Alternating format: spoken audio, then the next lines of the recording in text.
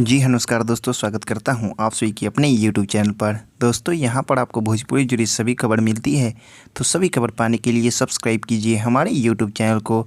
दोस्तों भोजपुरी फिल्मों के सुपरस्टार खेसारी लाल यादव और काजल राघवानी की आने वाली ब्लॉकबस्टर फिल्म बागी का रिलीज डेट सामने आ गया है। दोस्तों फिल्म बागी के सभी digital rights world wide record channel खरीदी है और दोस्तों वर्ल्ड वाइड रिकॉर्ड फिल्म बागी के एक पोस्टर रिलीज़ करते हुए इस फिल्म का रिलीज डेट भी अनाउंस किया है। दोस्तों यदि आप सुपरस्टार खेसारी लाल यादव को भोजपुरी का नंबर 1 हीरो मानते हैं और इनकी फिल्म बागी आपको पसंद आया है तो इस वीडियो को दिल से लाइक जरूर करिएगा। और यह फिल्म 5 अक्टूबर को आप लोग के नज़दीकी सिनेमाघर में दस्तक देने वाली है। तो दोस्तों ऐसे में आप हमें कमेंट कर जरूर बताइएगा कि आपको ये न्यूज़ कैसा लगा।